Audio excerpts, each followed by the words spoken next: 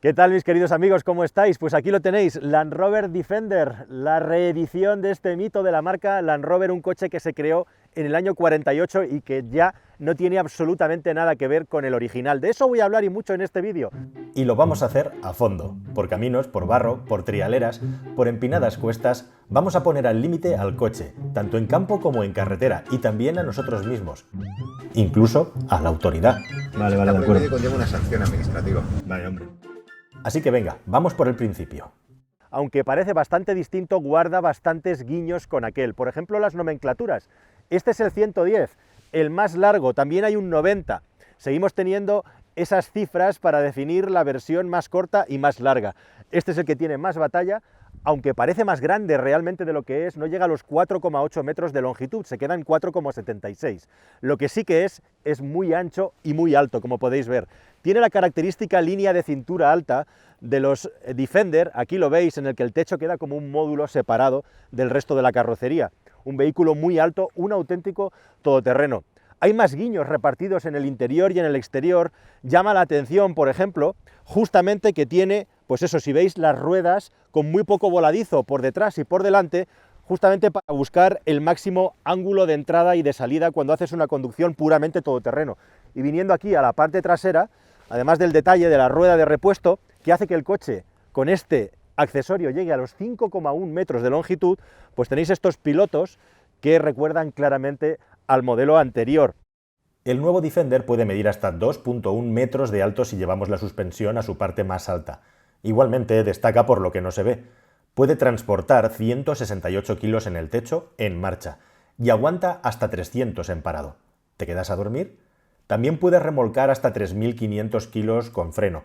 No es un coche posicionado por precio como vehículo de trabajo, de carga, pero puede cumplir por prestaciones como el que más en ese aspecto. El morro es seguramente lo que menos se parece al Defender tradicional. Y hablando de Defender tradicional, ahí está el gran debate. Hay muchas personas por ahí diciendo, os voy a contar la verdad, que este ha perdido la esencia todoterreno, que este no es tan radical en el campo. Realmente dejadme que os diga una cosa. El anterior Defender era un coche bastante desastroso. Era un coche incomodísimo, una auténtica caja sacamuelas cuando circulabas por carretera, con un volante que te chocabas directamente por la puerta porque no había sitio, con unas suspensiones horribles para circular por carretera, y en cotas todoterreno. Evidentemente era un vehículo que iba muy bien, pero no era el mejor todoterreno ni lo ha sido nunca en la vida. O sea, yo no sé de dónde viene eso. Es un vehículo de trabajo, de campo, pero había todoterrenos mejores, y luego como coche para fuera del campo era insufrible, con un radio de giro que hacía que fuera muy difícil maniobrar cuando las cosas estaban complicadas. De hecho, hay un mito que dice que el anterior Defender era imposible de desatornillar, de lo duros que estaban puestos los tornillos, que cuando lo conseguías ya no volvía el coche nunca a ser lo que era. En fin, aquel era un coche de trabajo, de campo, un coche rudo. Y esto es otra historia completamente distinta, y déjame que te lo ejemplifique. Fíjate lo que tenemos ahí. Son los brazos de suspensión, unos brazos de suspensión independiente, nada que ver con los ejes rígidos, nada que ver con los largueros y travesaños de los chasis de todoterrenos de antaño. Son además de aluminio, e independientemente de que este coche con la suspensión neumática puede subir y bajar mucho, siempre van a estar ahí. Quizá el Defender anterior en determinadas situaciones con su eje rígido pueda superar a este, o cuando hacemos trialeras muy profundas este pueda tener algún problemilla, pero poco más. Esta suspensión independiente de aluminio explica muy bien de qué va este coche. Y no solo de aluminio son los brazos, también es de aluminio el chasis monocasco, mucho más rígido que uno de un campero tradicional, e igualmente de aluminio son los motores. Así que para comprobar si realmente tiene problemas con huecos profundos me he venido a circular por estos caminos muy embarrados por las fuertes lluvias y no he notado ningún tipo de problema ni dificultad. El Defender pasa sin inmutarse traccionando con ese diferencial central acoplable automáticamente. Ya tienes que ir a hacer maniobras por zonas límite para encontrarle las faltas. En la imagen en pantalla puedes ver cómo el diferencial se bloquea y desbloquea según las necesidades de tracción. La velocidad a la que he pasado por sitios donde otros coches no podrían, ni siquiera pasar, os lo aseguro, ha sido muy rápida. Esto es fácil para un todoterreno de estas características. A pesar de estar metido dentro de una coctelera, se mantiene cierto nivel de confort y suavidad. En otro coche, con otro tipo de chasis, me iría literalmente dando golpes con el techo. Dos son los apuntes clave del nuevo Land Rover Defender en campo. Uno, el alto nivel de automatización de sus modos de conducción. Olvídate de palancas rudas que entran cuando quieren para poner reductoras, bloqueos de diferenciales y demás elementos todoterreno manuales. Aquí todo se gobierna electrónicamente. Y este coche, que ya tiene un recorrido de suspensión interesante, aunque no especial con los muelles normales, si le ponemos la suspensión neumática, directamente se convierte en el vehículo todoterreno con los mejores ángulos de todo lo que se puede comprar hoy en día en Europa. En la posición normal de carretera tiene 30,1 grados de ángulo de entrada y 37,7 de salida con un ángulo ventral de 22 grados. Y cuando ponemos la suspensión en modo todoterreno tenemos 38 grados de ángulo de ataque, 40 de salida y hasta 28 grados de ángulo ventral. ¿La única limitación? Bueno, pues que tiene una distancia entre ejes generosa, es un coche grande y por lo tanto puede empanzar antes que vehículos todoterrenos más pequeños tipo Jinmi, que en ese aspecto son claramente mejores. Pero en resumen, este es el coche con las cotas teóricas todoterreno mejor que hay en todo el mercado europeo actualmente. Como buen Defender, este tiene una capacidad de vadeo muy trabajada e importante, algo clásico de los Land Rover. Tiene un modo específico para ello y casi 1 metro de profundidad, 0,9, para atravesar en la posición más alta de la suspensión. Land Rover recomienda no vadear en zonas que tengan altas corrientes y a más de 10 km por hora para que su sistema de vadeo sea eficiente y...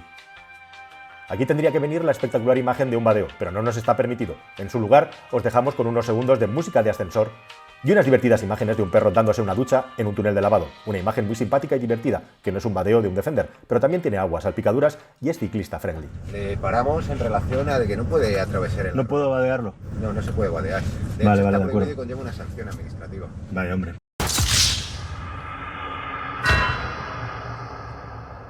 Bueno, y al margen de bromas, me pongo serio un momento nada más para darle las gracias a los policías de la ciudad que me atendieron con total amabilidad y profesionalidad. Un trato profesional y exquisito. Pulgar hacia arriba.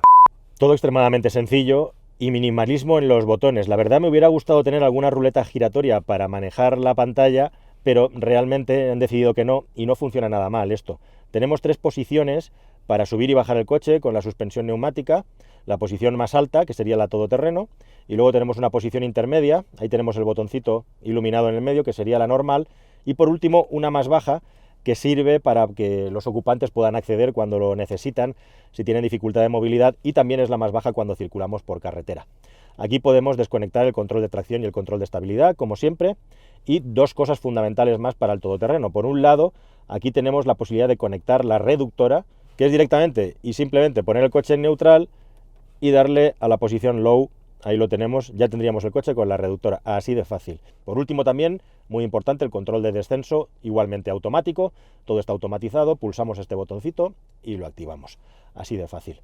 Es interesante que los distintos modos de todoterreno, el terrain response típico de Land Rover y la climatización hacen que cambie la actividad de estas ruedas, tienen varias funciones asignadas. Si pulsamos en el botón de sistemas de todoterreno, podemos cambiar, ya lo veis, a los distintos tipos de conducción todoterreno que tenemos: configurable, vadeo, arrastre en rocas, arena, barro y roderas, hierba, gravilla y nieve, o el programa Confort o el programa Eco. E igualmente en la climatización tenemos la temperatura, pero si apretamos el botoncito vamos a poder seleccionar la velocidad del ventilador. Tienen doble función, lo cual sirve para eliminar botones y es una manera inteligente de organizar toda la información aquí y no necesitamos más. En el interior del Defender siguen los guiños a la versión clásica de este coche. Land Rover podría haber decidido colocar aquí una pantalla gigantesca como se suele hacer hoy en día o hacer experimentos, pero no, lo ha simplificado todo, como habéis visto con los botones de la consola central, y veis que la pantalla es bastante pequeña y queda aquí al aire, y lo que han hecho es llenarlo todo de huecos, además con un diseño bastante original que intenta transmitir ese minimalismo y robustez de los vehículos todoterreno de antaño, pero lógicamente con unos acabados y unos materiales que no tienen nada que ver. Se podría discutir un poco la calidad de algunos de los plásticos que hay en este interior. En cuanto a acabado, pues tampoco es que sea una gran maravilla, pero estamos viendo coches con este nivel de precio alrededor de los 100.000 euros que vale esta unidad, con unas calidades de acabado parecidas. Quizás es a donde más flaquea este Defender, pero por contra tiene muchas soluciones inteligentes. Todos los objetos que hay para poder colocar cuando llevamos en los bolsillos tienen su lugar donde ser colocado, como las llaves ahí, o por ejemplo aquí hay un sitio suficiente para llevar el teléfono móvil y como hay gomita, pues las cosas no se mueven. La verdad es que está muy interesante y en lugar de colocarnos cachivaches buscando ese minimalismo clásico de los todoterreno, pues tenemos un montón de espacios en la consola, huecos, como veis, en los que podemos colocar toda clase de cosas, botellas, objetos, etcétera, que podamos sacar en nuestro día a día. Veis que esta consola es muy ancha, es muy grande, y esto es porque en algunas versiones se conserva también esa tradición de poner un asiento central que desde luego solo va a servir para tallas muy pequeñas. Y luego evidentemente hay muchos guiños al vehículo anterior. Este techo, con unos 2 metros redondeando que tiene el vehículo, lógicamente hace que tengamos una altura tremenda tanto en las plazas delanteras como vais a ver en las plazas traseras. Y además, bueno, pues en esta versión First Edition hay determinados elementos decorativos, tenemos una guantera con llave, hay remaches de tornillos, los famosos tornillos de los Land Rover, repartidos por toda la carrocería, tanto en el interior y en el exterior, en el interior todas las puertas, con estos plásticos que pueden ser, digamos, pues de dudosa calidad a lo mejor, o que pueden poner en duda a alguien en relación al precio que cuesta el coche, y luego más detalles de vehículo de trabajo, aunque es difícil que alguien utilice o aproveche este vehículo como vehículo de trabajo, es el hecho que debajo de las alfombrillas siempre tenemos unos acabados de plásticos laminados que sirven para que se pueda limpiar, digamos, con mayor facilidad y celeridad que si tuviéramos unos acabados como mucho más lujosos. Veníos para atrás. Muy buen espacio en la parte trasera para los ocupantes, hay longitud suficiente para las rodillas y me he puesto en la parte central porque por primera vez tenemos el lujo, yo creo, desde que grabo vídeos, de enseñar un coche en el que realmente sí es factible que viajen 3 personas de cierto tamaño atrás. Una característica que comparte con todoterrenos como por ejemplo el Jeep Wrangler. La única limitación aquí es que las rodillas van un poco más encogidas porque si te sientas en una plaza de los lados, además de tener más hueco, puedes meter las piernas claramente, los pies por debajo del asiento y vas a ir aquí como un señor. Vamos a aumentar el nivel de dificultad. Con todas estas cotas, a ver qué tal se comporta el sistema de tracción. Suelo húmedo con un poco de barro, poca inercia y una cornisa de roca saliente al final. Como podéis ver, con una pendiente importante y el saliente, el Defender, tiene tracción suficiente para seguir avanzando sin mucha dificultad. Igualmente los cruces de eje profundos se resuelven gracias a la electrónica y a la generosa altura del coche sin mayor dificultad.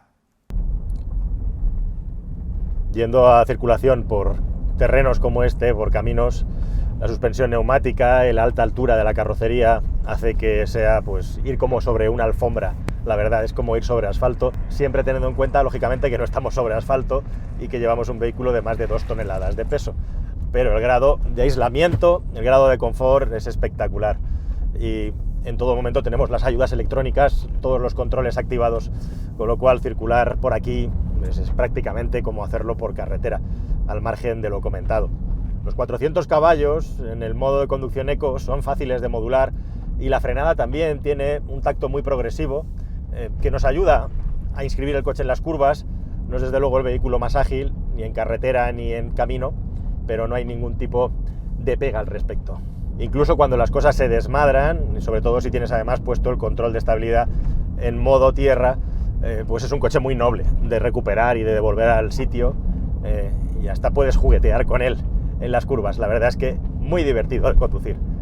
¿Sabes el chiste del conductor suicida? Sí, es un señor que va conduciendo por la carretera y de repente en la radio dan un mensaje de alerta. ¡Atención, atención! Un conductor suicida está circulando por la zona, tengan mucho peligro. Y el conductor dice, uno no, todos, ¡todos! Aviso para los que no lo han pillado, el conductor suicida era él. Bueno, pues algo parecido pasa con los ingleses, ¿no? Y la circulación por la derecha tiene sus cosas. Como no tenemos bastante con los 5,1 metros que mide el coche poniéndole la rueda, además tenemos una puerta que se abre de una manera horizontal, no como los portones normalmente. El asunto de la rueda es todavía peor. Y no solo eso. Lo malo también es que como son ingleses, han hecho la apertura de la puerta para ellos. Es decir, que cada vez que querramos abrir el maletero, nos vamos a tener que ir a la zona donde está pasando el tráfico, donde pasan los coches y corremos peligro toda la vida útil del coche. Luego está el asunto, además, de que ya ves, si nos aparca un SUV relativamente cerca, vamos a acabar tocando con la rueda o incluso con la puerta. Ya veis que la puerta nos deja espacio suficiente para podernos manejar aquí dentro y no hay ningún tipo de problema. El único problema puede ser cuando estamos en un garaje, en un parking, y los coches se acercan porque la distancia se estrecha.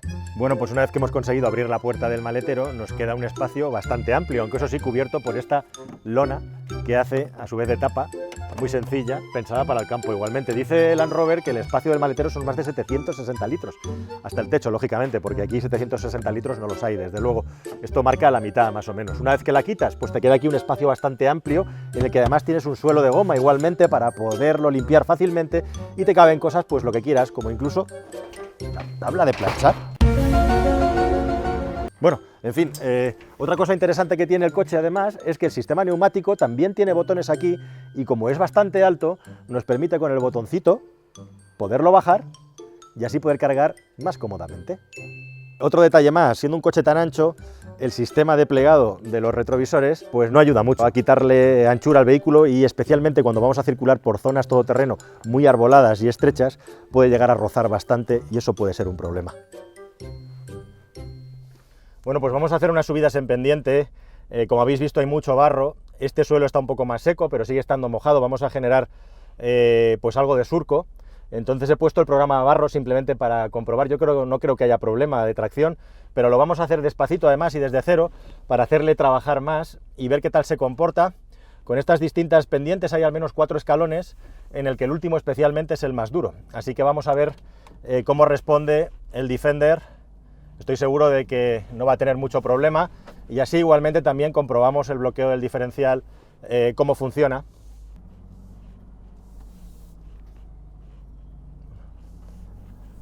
La primera subida han sido 17 grados, por supuesto hemos puesto la reductora y vamos a la segunda subida, vamos allá. Sin problema igualmente. A pesar de que el suelo está bastante mojado y embarrado, los neumáticos hacen lo suyo y el programa de barro también.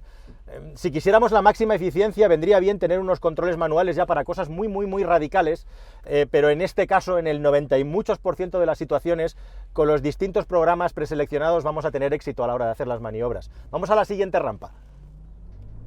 Aquí el último pico es un poco más fuerte y hay más barro. ¡Dios!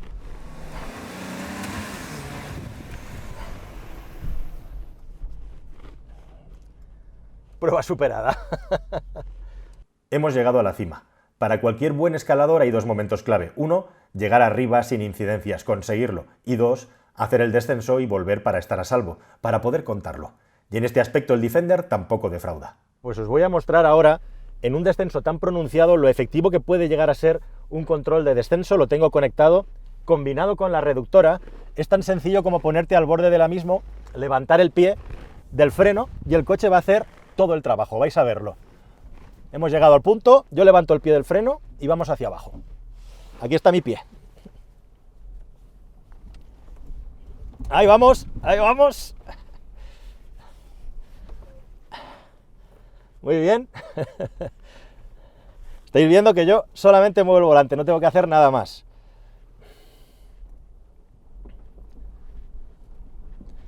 Y bueno, el coche parece que sabe perfectamente también por dónde tiene que ir, va copiando las roderas que vamos dejando y él solito va bajando. Y volvemos para abajo otra vez, ahí vamos. Prueba superada. Creo que el Defender es el coche con más tomas de corriente que he visto desde que pruebo coches. Hay tomas USB de tipo C, de tipo normal, y tomas de corriente de 12 voltios en sitios insospechados como el salpicadero, e incluso en las plazas traseras. Pero no solo eso. Pues tengo una reunión ahora entre los youtubers que dominamos el mundo, con Vicesat, con el Rubius, con Matt Watson, Tom Scott y Veritasun, y no encuentro aquí en el ventilador ningún enchufe donde poder enchufar la plancha. Bueno, pues para eso también tiene una solución Land Rover, porque el Defender tiene una toma de 220 voltios. Así que si quieres recargar el patinete, si quieres cargar baterías, secarte el pelo, porque tú lo has mojado en tus aventuras, o plancharte la camisa, pues tenemos una toma de 220 voltios con la que podemos, por ejemplo, plancharnos la colada. Bueno, pues yo creo que esto ya está. Bueno, pues en la carretera camino a la reunión por el puerto de montaña, viniendo del camino del campo, si hay algún sitio donde se le pueden destapar las vergüenzas a este Defender, desde luego es en una carretera de montaña como esta, a donde se marca un punto de distancia. Todo eso que gana de todoterreno lo pierde en parte en una carretera cerrada como esta, donde a pesar, por ejemplo, de que este coche pesa 400 kilos menos, que se dice rápido, que el Mercedes GLE, es claramente más torpe, más morrón, y además ocurre una cosa muy curiosa: el bamboleo de la carrocería es ostensible, es importante, y además el coche No tiene ningún tipo de modo deportivo, simplemente tiene un modo eco y un modo normal, y luego todos los modos todoterreno, y lo que sucede al final es que está constantemente entrando el control de estabilidad. A la mínima que hay un deslizamiento del morro, lo que hace el vehículo es cortar en seco, pararnos en seco y no dejar que se siga deslizando. Este es el único punto en el que está claramente por debajo, digamos, de un SUV estándar. En todo lo demás, lógicamente, le gana con diferencia en lo que se refiere a conducción por campo, pero en estas circunstancias de carretera de montaña es a donde proporcionalmente peor va este coche. No está diseñado para eso, así que desde luego es algo comprensible. Lo que sí está claro, después de haberle llevado y probado por aquí, es que hay una diferencia importante entre un Q7, un GLE o un X5, por ejemplo. La gama del Land Rover Defender es inmensa. Hay varios niveles de acabado que se pueden combinar con varios niveles de equipamiento. Hay 3 motores diésel actualmente de 200, 250 y 300 caballos y motores gasolina igualmente de distintas potencias. Esta unidad en concreto es la de gasolina híbrida ligera con 400 caballos de potencia. Hay además una versión híbrida enchufable que tiene una potencia prácticamente idéntica y en la que en lugar de un motor de 6 cilindros turbo de gasolina como lleva este, tenemos un 4 cilindros turbo de gasolina con 300 caballos y algo así como 140 caballos en modo eléctrico que acaban sumando, redondeando cifras, 400 caballos de potencia. Respecto a aquel que tiene 400 caballos de potencia también y unos 40 kilómetros de autonomía con una batería de 19 kilovatios hora brutos, este pesa 200 kilos menos, que viene a ser pues básicamente toda esa ensalada de equipamiento del peso de la batería, motor eléctrico, etcétera. Y aún así, este coche, a pesar del peso, 2.200 kilos, tiene un empuje voluntarioso. Es un vehículo que gana velocidad con facilidad y con el que se puede acelerar con intensidad, más incluso de lo que uno pensaría a la hora de poder hacer adelantamientos, por ejemplo. Estás muy cubierto. Eso sí, lógicamente a costa de hacer unos consumos bastante altos. Algo ayudará a la hibridación ligera, pero en condiciones normales yo en modo eco he venido gastando 12 en los momentos en los que he ido conduciendo con más suavidad, 11,7 recuerdo lo mínimo, y a la mínima que te pones en un puerto a darle zapatilla, ahora voy detrás de un camión y voy suave, pero el consumo se dispara claramente por encima de los 20 litros e incluso los 30 litros puedes encontrar. Con todos estos niveles de acabado, de equipamiento y motorizaciones, es extensísima la gama del Defender, con el que tenemos un precio que arranca en los 57.000 euros y termina por encima de los 120.000 euros, o sea que alrededor de la gama se puede llegar a duplicar el precio en función de la versión corta, larga, híbrido enchufable, no, equipamiento, etcétera. Bueno, si por algo me resulta convincente este coche, es desde luego por cómo funciona y responde en carretera abierta. En vías de carretera ya interurbana, autovía y autopista, el confort es muy bueno, el confort es rozando el excelente, me quedaría en un notable alto, y el aislamiento del vehículo también. Es un coche muy cómodo y con el que se puede viajar con suficiente confort para hacer sentadas muy largas. Además, desde esta poltrona en la que estamos conduciendo altísima, pues la sensación de control, de dominio y de tranquilidad es total. Es una sensación muy agradable y realmente debe llevar un vehículo de alta prestancia. Es además un vehículo, como digo, muy bien aislado y en el que